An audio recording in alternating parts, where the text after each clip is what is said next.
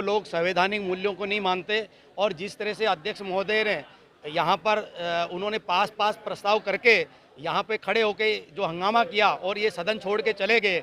और अभी आप देख रहे थे कि बाहर खड़े हैं भाजपा के पार्षद और वो केवल बाहर जाकर के साइन कर रहे हैं। आज की साधारण सभा में जो उपस्थिति रजिस्टर था उसमें हमारे साइन तक नहीं कराए गए और किसी भी पार्षद के इस तरह से पास नहीं हो सकता। 10 मिनट के अंदर वो सभा छोड़ के भाग गए। आखिर इससे काला दिन अजमेर की जनता के लिए हो नहीं सकता। और मैं आपसे निवेदन करता हूँ मीडिया के साथियों से, आप सब लोग गवाह है और मीडिया चौथा स्तंभ है लोकतंत्र के अंदर। इस तरह कभी भी अजमेर में नहीं हुआ। आज़ादी के बाद में पहली बार इस बार नगर निगम में जो जीसी नहीं बुला गई, बजट भी सरकार के स्तर पे पास हुआ है। और आज जिस तरह से इन्होंने प्रस्ताव पास करके अपने मनमाने तरीके से जो प्रस्ताव ये पास करना चाह रहे हैं, हम कांग्रेस के पार्षद तमाम लोग इसकी निंदा करते हैं।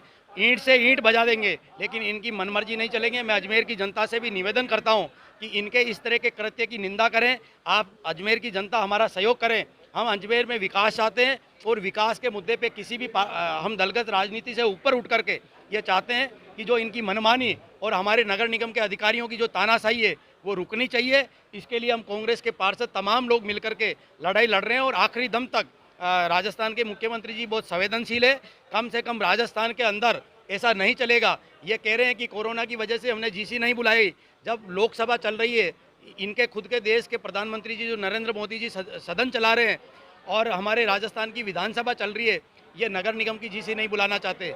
आज जैसे तैसे केवल खुद के प्रस्तावों पे मोहर लगाने के लिए और खुद के चेहते लोगों को फायदा देने के लिए यहाँ पर जो प्रस्ताव रखे थे, इनके खुद की मनमर्जी के प्रस्ताव थे, उनको केवल ये पास करके यहाँ से सदन छोड़ के चले गए हैं।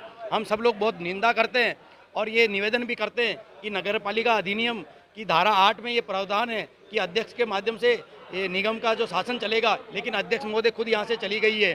तो इस तरह से उनके सदन के प्रस्ताव पास नहीं माने जाएंगे और इसको लेकर के हम तमाम इनके ऊपर भी राज्य सरकार के स्तर पे इस तमाम प्रक्रिया को रोक लगाएंगे। सब पार्षद बता रहे हैं ना आपको, बहुमत था इसलिए पूर्ण बहुमत सारे प्रस्ताव पास हो गए। किसी विषय पर चर्चा की गई, किसी प्रस्ताव चर्चा हुई है। आप तो रुक जाओ, महापौर बनाए ना। अरे आप चलो ना, तो हुई है ना चर्चा, बोल रहे हैं चर्चा हुई है। रुको ना, आप चलो, आप रुको ना यहाँ पे, आप चलिए। बहुमत था तो प्रस्ताव पास हो चुके हैं। इसके आगे मैं को लेकर के कोई बात नहीं, कुछ नहीं बोलूंगी। नहीं बहुमत से पास हुआ है। चर्चा हुई तो चलो रिकॉर्ड की नो कमेंट्स। कांग्रेस पार्षदों ने आपके खिलाफ वादाखिलाफी का भी आरोप लगाया। लगाने दो, लगा वो तो बहुत कुछ करते हैं, सारे देखते हैं, अभी शुरू से ही कर रहे हैं। आज कोई नई बात साधारण नहीं है। सभा के अंदर प्रस्तावों पर चर्चा नहीं होनी चाहिए थी। वही ना चर्चा हुई है, फिर क्या है। अब मैं चलो बैठो गाड़ी में। किन प्रस्तावों बोर्ड बने हुए 15-16 महीने हो गए। केवल स्टार्टिंग में एक बजट की जीसी हुई, उसके बाद दोबारा जीसी होनी थी। भारतीय जनता पार्टी के एमएलए थे, उन एमएलए ने अपनी मनमानी से मना कर दिया, फिर जीसी नहीं हुई। 13-14 महीने से अजमेर की जनता देख रही है कि सदन नहीं चल पा रहा। ये पहली जीसी करी है महापौर महोदय ने बिना बजट की। उस जीसी में भी पहली बार नई परिपाटी अपनाई। 25 सालों में जो परिपाटी चल रही थी कि जब भी जीसी होती है तो सभी निर्वाचित पार्षदों से प्रस्ताव मांगे जाते हैं। इस बार ने तो किसी निर्वाचित पार्षदों से प्रस्ताव मांगे गए।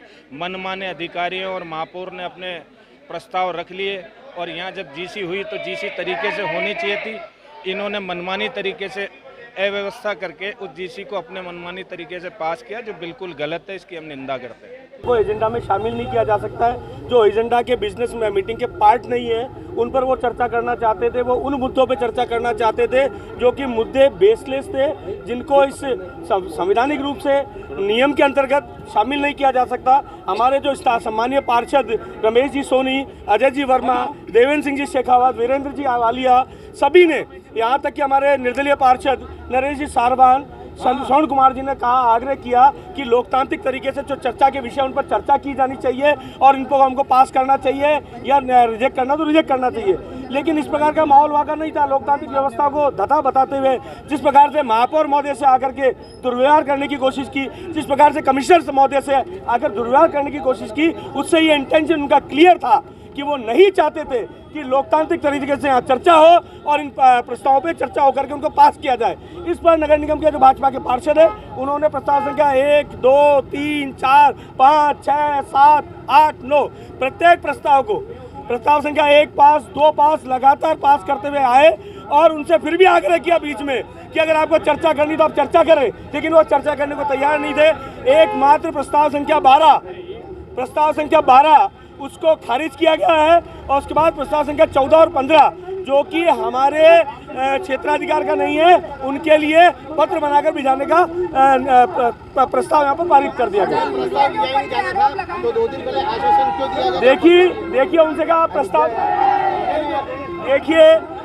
प्रस्ताव मांगे गए थे लेकिन इस जीसी में शामिल करेंगे इसका ना तो कोई वादा था, लेकिन अगर उनमें चर्चा होने लगा कोई प्रस्ताव होते उनमें कहीं ना कहीं उन पर चर्चा होनी थी, चर्चा भी होती, लेकिन हमने उनको अंतिम रखा था कि उस पर चर्चा करते, पर ये चर्चा करने को तैयार नहीं थे।